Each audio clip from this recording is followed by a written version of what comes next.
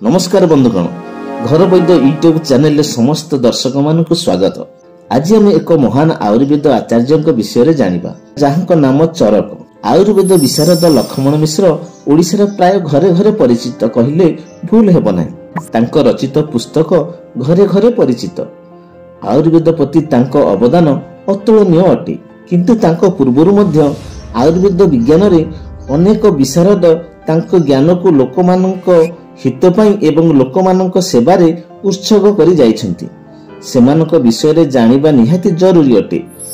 तेबे लक्ष्मण मिश्र गुरु मानुथिबा सेमिति एक आयुर्वेद आचार्य विषय रे आज आमे जानिबा, जाहाक नाम चरक। चरक की आयुर्वेद प्रति तांकर अवदान कौन रहिछि एवं तांकर जीवन विषय रे आसंतु जानिबा। वीडियो को शेष पर्यंत देखंतु, बहुत किछि शिकिबाको मिलिबो। आज को प्राय 3000 वर्ष पूर्व आम देश आयुर्वेद विद्यार प्रचलन आरंभ होइतिला। अतीत जो महान आयुर्वेद विज्ञानी माने निज प्रतिभा बल भारतीय चिकित्सा विज्ञानर उत्सर्गता एवं आस्था साधन करथिले, सेमानक मध्यरे अतेय, चरक, सुश्रुत, भागवत आदि ऋषि माने अन्यतम थिले। चरक, सुश्रुत, भागवत यही तीन जन को आयुर्वेदर त्रिमूर्ति बोली कहा जाए।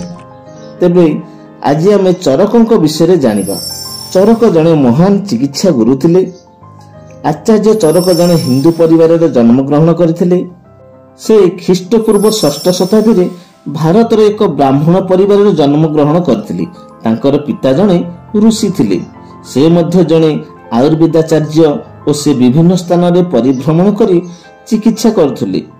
चरक तांकर बाल्य शिक्षा पितांक ठारू ही ग्रहण करथिले ओ पितांक द्वारा अनुप्राणित होई से चिकित्सा विज्ञान रे अधिक ज्ञान अर्जन करिया पई चेष्टित थिले। तांकर प्रकृत जन्मस्थान केउठी ताहा जणा नथिले मध्य तांको जन्म पंचनंद क्षेत्रर कपिलस्थ ग्राम बोली प्राचीन किंवदंतीरु जानिबाकु मिले। एबर आधुनिक पंजाबर कपुथला रे बसवास करुथिबे बोली अनुमान करा जाय। तांको जन्म प्राय ख्रीष्टपूर्व 100 ରୁ 200 मध्य होइतिला। से एक महान चिकित्सा ग्रंथ रचना करथिले, जाहार नाम चरक संहिता। चरक संहिता एक व्यापक चिकित्सा ग्रंथ, जेउथिरे रोगर कारण, लक्षण, चिकित्सा प्रणाली और नीतिगत दृष्टिकोण वर्णना होइछि। से शरीरर 3 दोष तथा वात, पित्त, कफर संतुलन को स्वास्थ्यर मूल उत्स भावे देखुथिले। से यार संतुलन बिगड़ी गले रोग हुए बोले विश्वास करुथिले। शरीर रे 3 दोष बा त्रिदोष कौन, यार विस्तृत तथ्य जानिबा पई एई वीडियो रे डिस्क्रिप्शन बॉक्स रे थिबा लिंक उपरे क्लिक करी जानि परिबे। चरक हेउचंती चरक संहितार रचयिता। एई ग्रंथ रे 8टी अध्याय, 120 टी उपअध्याय, 12000 टी श्लोक एवं 2000 प्रकार औषध वर्णना रही। मनुष्य शरीर प्राय समस्त अंगरे देखा जाउथिबा रोग और तार निराकरण औषध विषय उल्लेख करा जाइछि। एही समस्त औषध प्राकृतिक उपादान रु तैयारी एवं एथिरे कोनसी प्रकार रासायनिक द्रव्य उपादान रूपे व्यवहार करा जाय नाही। चरक संहिता आयुर्वेद ग्रंथ द्वापर युग रे रचित होइथिबार कथित अछि। किंवदंती अनुसार आचार्य चरक भगवान ब्रह्मा, भगवान धन्वंतरी, देवराज इंद्र, अश्विनी कुमार, ऋषि भरद्वाज, अत्रेय एवं ऋषि अग्निवेश्य आदि निकटरू वैदिक शिक्षा लाभ करथिले।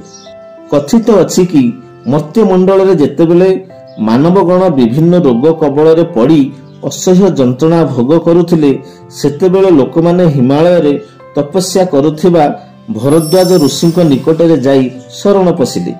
ध्यान बल ऋषि भरद्वाज जानी पारिले जे देवराज इंद्रंक दरबार रे ही दक्ष प्रजापति ठारू एई चिकित्सा शास्त्र शिष्य करि पारिले महिमंडलर उपकार साधित हेबो। तेणु से निजे तांकर स्थूल शरीर त्याग करी स्वर्ग को जाई सेठारे ए शास्त्र अध्ययन कले। सेइठारू आसी से ऋषि अत्रेय को यही शास्त्र ज्ञान देले।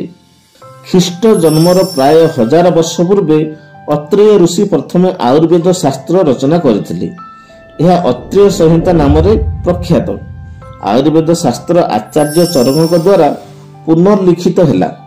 चरक पुणी आउ थे यह लिखिले जार नाम चरक संहिता। तेणु चरक को आयुर्वेद विज्ञान जन्मदाता बोली कहा जाए।